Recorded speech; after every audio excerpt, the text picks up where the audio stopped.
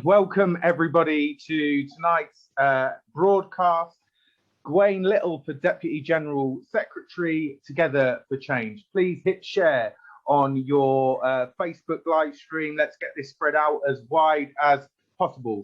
Really pleased to be joined here tonight by Chris Dyson, fantastic head teacher from Leeds, Jodie Malia Ridley, Rep of the Year, and the fantastic Vendor Prem Kumar from Redbridge District Secretary. My name is Daniel Kebede. I'm the President of the National Education Union, and I am here in a personal capacity. But I am supporting Gawain Little for Deputy General Secretary. As our education system, our trade union has gone through the most turbulent 2 years with COVID-19.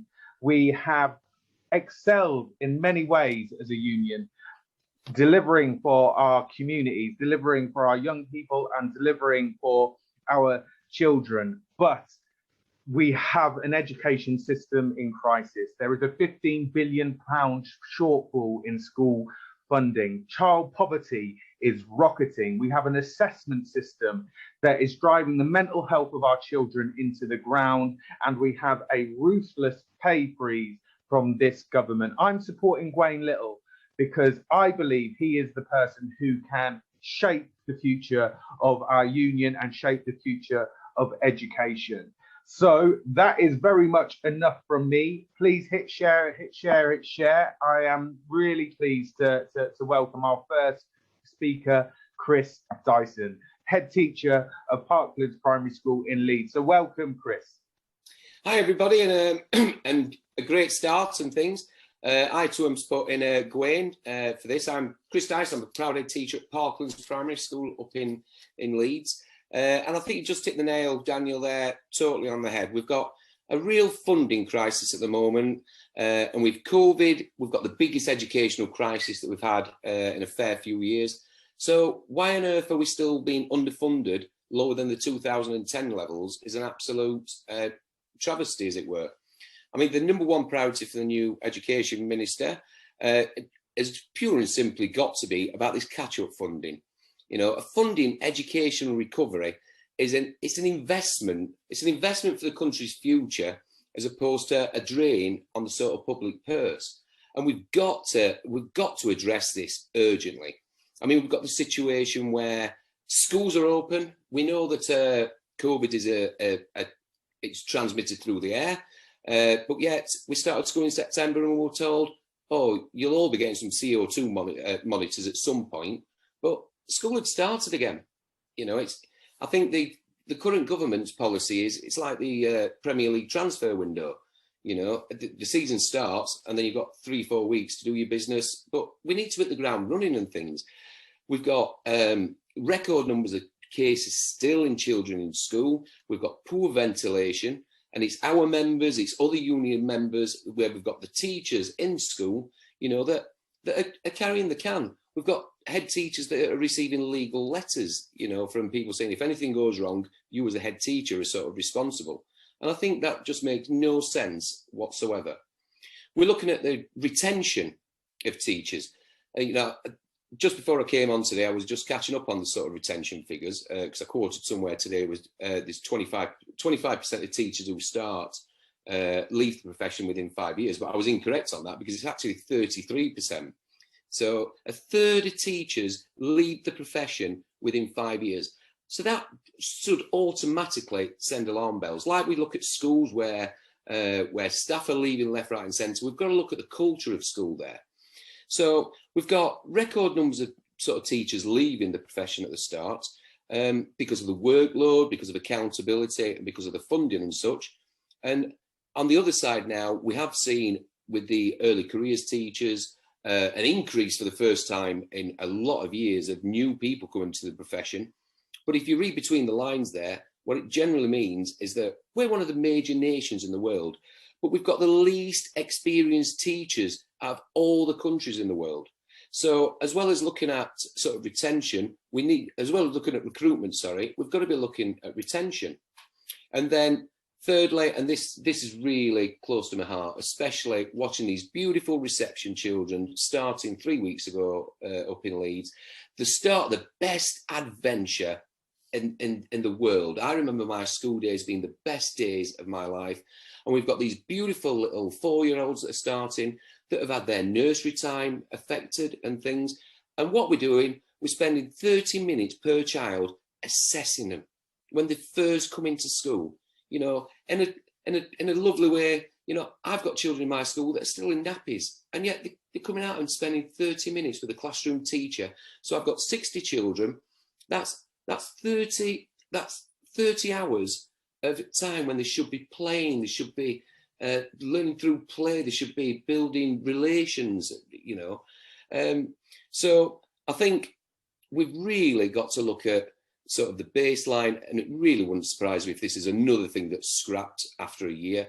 But just quickly in summary, we've got reception baseline, we've got year 1 phonics test, we've got year 2 phonics reset tests, we've got year 4 times table checking exercise, and then we've got year 6 end of year SATs. So we've got 5 exam years in 7 years at primary school. Testing. And I think the old recovery czar that was there to pay to advise on how to catch up on all this funding and things and how to catch up, has just said there's far too much onus and there's far too much money being put into exam. So I think these are the really key issues that we've got to look at to build forward, because I think I'm really hoping that the new education minister is going to listen and work with unions, as opposed to not listening and just doing whatever they fancy. And I still keep coming back to the case in the London boroughs around about December time, when the DfE and the government were issuing legal letters insisting that schools stayed open, even though everybody in the world could see how COVID was ripping through communities. A legal letter from the DfE insisting schools stay open, and then we all returned on January the 6th, and we closed again on January the 8th. So we need a real close relationship, and we need to work together to sort this. Thank you very much, Chris. And you're absolutely right about baseline as well. It's so flawed. It's so flawed, this idea that you can test a child at 4 and measure what they're going to come out with in year 6 is grotesque. Children don't learn in some sort of linear, fashion. I've got a question in the comments, Chris, for you. It says, you're absolutely spot on, but how can we make change happen? By coming together, working with the other unions, and I think it should have come down. I work a lot with more than a score, you know, and it's okay just going with the flow and things. But I think sometimes if we all stood up and said, we're not doing it, and we all say it collectively, so it's not just 1 or 2 schools being punished. They cannot punish every single school in the country. If everyone said, look, we know what's best for our children, and we're saying no, and we're saying no collectively. Absolutely spot on. Thank you very much, Chris. We will move to our next speaker. Our next speaker is NEU Rep of the Year, knows how to build the union in schools where it matters most. Welcome, Jodie Malia Ridley. Thank you, Daniel. Yes, I'm Jodie. I am a primary school rep here in Coventry. And as Daniel said, I'm the current NEU Rep of the Year. I'm also a full-time class teacher. And more importantly, I'm immensely proud to be NEU. And I'm always excited when about our union, how we can organise to make positive changes for our school and college communities. And I'm doubly excited to be asked to speak to support Gawain's campaign as well. I've been a rep for a few years, gradually became more active with the support of the local branch and your other reps and officers around. This was the key. Without the backing, without the camaraderie, it's easy to sit back on your laurels. And my advice to anybody considering becoming a rep would be contact your local branch, see how you can make a start. It's rewarding, you'll make a massive difference. Workplaces with a visible union presence, they're happier places. Being a school rep has led to me becoming more involved in other areas of the union as well, such as organising forums, other groups, and I've built up a strong connection with activists who are welcoming, supportive, and being involved in the NEU is a really positive experience. Recently across the union, as we all know, we've seen amazing victories from workplace organising. I'm sure you'll hear about more of those this evening. It's ranged from pay issues, rep victimisation, COVID safety, workload, directed time concerns. And yes, you know, all members, we can request help from our brilliant local officers, but also those officers would tell you that the real change starts at the bottom, with workers at the chalk face standing up, being strong together. With good organisation, you know, our workplace actions can mean that further steps don't even need to go ahead. The mere presence of a strong unionised group can just be enough. And as that confidence is built, we become a force to be reckoned with.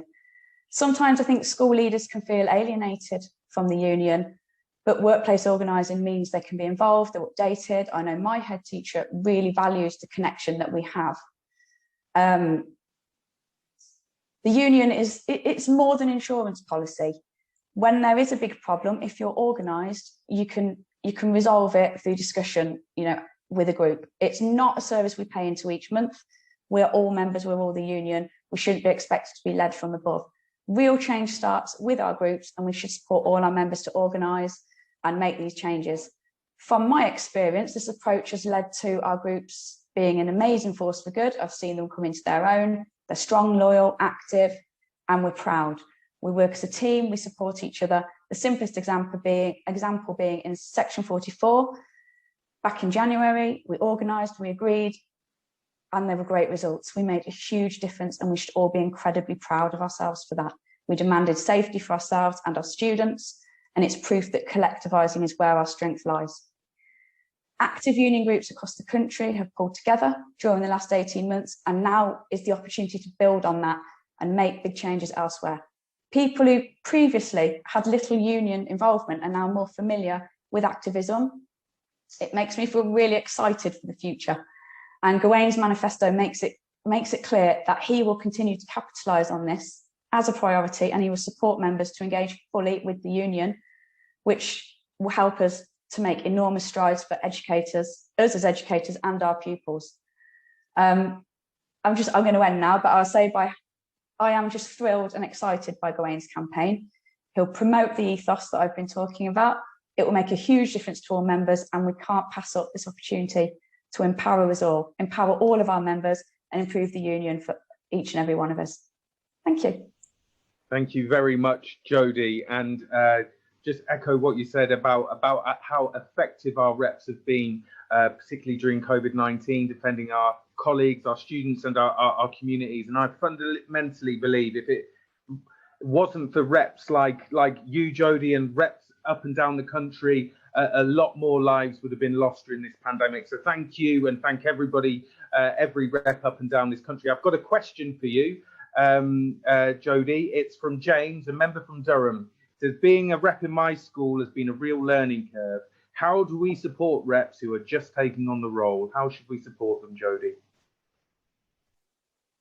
I think really importantly is connecting locally as a group. Make sure you have got a local WhatsApp group. You're connected with your district, your branch, your officers, and all the other reps. If you're part of a MATS, that would help.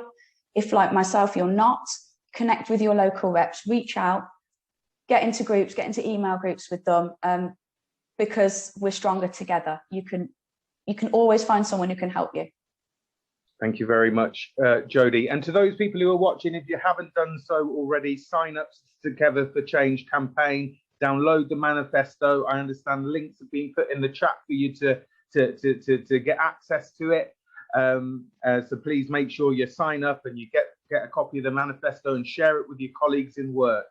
Our next speaker, if you ever get the privilege of going to Redbridge NEU, go, because it is one of the best organised districts in their national education union throughout the whole country, and it is led by Venda Premkumar, the district secretary for Redbridge. Really pleased to have you here. So welcome, Venda. Thank you so much. Thank you, Daniel Kabedi. I'm so proud to be part of a union that includes yourself, Daniel, and reps like Jodie and Gawain and everyone else as well. I think everyone here would agree branches and districts are like union groups, but just on a bigger scale. As Jody shows, a union group can only be a success when engagement and activism from its members is high. And in the same way, a union branch and district can only be any good when the reps are engaged and are active. And I'm sure Gawain, having been a successful branch secretary himself, will agree reps like Jody up and down the country are the most important people in our union, and they need to feel supported because they face a lot of hostility that can come with being the person that puts their head above the parapet. The way that we can achieve this in our branches and districts is for the reps to feel they belong to the branch and that they are part of a wider group of people who've got their back. So there's a network to share experiences, get advice, you know, have a shoulder to cry on if need be. That level of support is really important, as Jody explained. And, you know, we've got a really nice example of that. We have a union group in Redbridge on strike at the moment in a school called Oaks Park High School. They're on strike over rep victimisation and bullying of staff members. And as far as I'm concerned, this is every member's fight in Redbridge. So Oaks Park fight is every member's fight in Redbridge district. So what we're doing is we're getting our reps in the branch, all 90 of them, to pass motions in their school in support of the strikers. We're also asking reps to sign collective letters to be sent to the local authority condemning the council for backing a bullying head.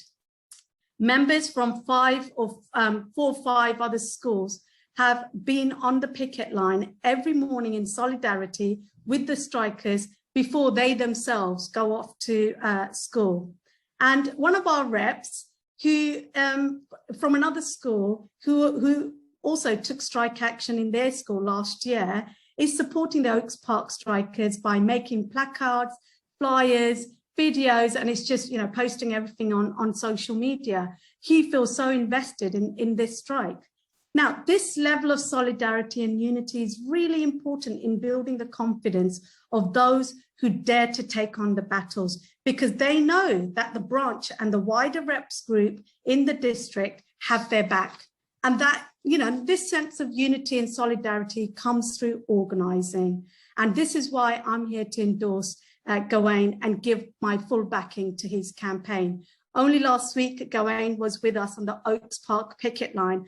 Within 5 minutes of arriving, he was putting up banners, leafleting and talking to the Oaks Park parents like he was one of the strikers.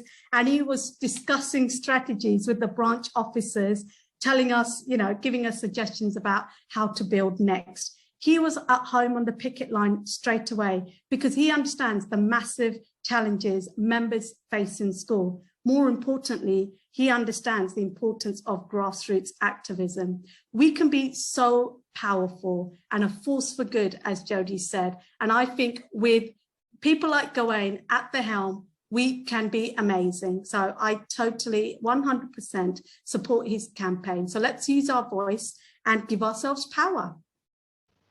Thank you very much, Venda. And if you are watching and you've not been on the picket line at Oaks Park and you can get there, get there. There's a demonstration this Saturday at Ilford Town Hall. Is it Ilford Town Hall? It's Redbridge Town. Redbridge. It's on the 2nd of October, Saturday, 2 p.m. Redbridge Town Hall. Everyone is welcome. We want to make as much noise as possible. As we know, an injury to one is an injury to all. Any head teacher who thinks they can victimize a rep and bully union members needs to be told that is not happening. Thank you very much, Venda. I've got a question for you from Gemma. It says, I've got involved locally after some time as a member. How do we get more and newer members involved in the union, Venda? I think socials are really important. So we're holding a young and new professionals social very soon. I think people need to feel part of a larger group of people, and that can happen not necessarily just when you're kind of, you know, fighting battles, but I think we need to get together and we need to talk about have conversations, talk about what we love, which is teaching and teaching children. And those conversations, you know, can be very, very invigorating. They can give you so much, you know, strength that you're not the only one feeling like that. And I think we can combat those teachers who and support staff who feel they've got to leave the profession. That is an utter shame. And I think it's that kind of solidarity and people coming together. So I think socials are a great way, you know, any excuse, start of the year, Christmas, end of the year, picnic, let's do it. We need some enjoyment, don't we? We do indeed. And thank you very much, Venda. Our final speaker this evening is the candidate himself, here to talk about the manifesto and what has been launched today. So it is our Deputy General Secretary candidate. Welcome, Gwaine. Thank you so much, Daniel. And I just want to start by thanking all the people who've put so much effort into this campaign. I've been really, really overwhelmed by the fantastic contributions today, but also the thousands of NEU members we've now spoken to throughout the campaign. We launched back in November, and since then we've had hundreds and thousands of people come along to online meetings, take part in surveys, take part in discussions to tell us what they want from their union. And from beginning to end, that's what this campaign has always been about, our 450,000 members and how we can best bring them together to make their voices heard right across the union. And I'm very proud to be the candidate that stands for that, the candidate that stands for all of our members. Today, I was really pleased to be doing workplace meetings in Oxfordshire, where I used to be secretary. And I went back and I visited the school where I took my first teaching post almost 20 years ago. It was incredible to talk to the NEU group there about how they're building organising in the school, and it brought back a lot of memories. But in those 20 years since I first started teaching, since I first started working in education, we've seen so much change, and unfortunately much of it has been negative. Underfunding, fragmentation and privatisation that has ripped our education system apart, and an obsession with data and high stakes testing that's corrupted both the process and the purposes of education. But we've also seen positive examples during that time. When I think of how education professionals have come together during the pandemic to keep our schools and communities safe, when I look back to 2016, where we as a union took action and defeated a government white paper that would have forced every school to convert to academy status, regardless of the views of their community. And when I look at schools like St. Ebb's that I visited today, and the creative curriculum they've developed in cooperation with their community, like an island of creativity in a broken system, I feel really, really proud of what we can achieve as educators. But surely, and this builds on what Chris was saying, surely we should have a system that doesn't make that difficult. We should have a system that promotes and supports schools and communities to come together and take ownership over education. But we'll never have that system until we build our union strong enough to raise educators' voices and demand it. And just like Jodie said and Venda said, that process begins in the workplace. The union isn't in headquarters. It's not some external entity that we call on from afar. The union is us. It's us coming together, organising, building and changing our education system from the bottom up. And if I'm honest, that's why I decided to run in this election. That's why I decided to launch this campaign, because it is time for change. It's time to bring all educators together for change. And that means beyond our union as well. We desperately need professional unity. Whether you are a teacher, a member of support staff, a lecturer, a head teacher, a senior leader, if you're an educator, we need to come together and we need to make that change. That means bringing unions together. It means bringing everyone in our education system together. And a manifesto we've launched today, I say my manifesto, but it's not, it's our manifesto. It's a manifesto that thousands of educators have contributed to with their comments. The manifesto we've launched today is all about that, putting power back in the hands of educators, the children that they teach, the communities that they serve, so that together we can bring change in education. Together we can shape the future of our education system. So thank you to all those people who come together to support that vision. Thank you to everyone who's building this campaign. And let's go out there, let's win this election, but far more than that, let's take that result that we get, let's take that win and let's turn it into real change right across our education system, based on our collective organisation from the workplace upwards always. Thank you. Please sign up to the campaign. Please read the manifesto. Please share it with your colleagues. Together for change. And thank you very much, Gwaine. Thank you very much to our speakers, to Chris, to Jodie, to Venda, to people who are doing the tech support, to Lucy and to Gwaine. The job is ours now. We've got to go out there and win this election. We've got to get the vote out. So download the manifesto, share it with colleagues, talk to your colleagues in school about the future of your union, because the stakes are so high. The attacks on education are going to keep on coming, and we need a union that is built in schools and colleges where it matters most, so we can not only be the voice of our colleagues, but centrally be the voice for our children. So thank you very much, and see you all soon.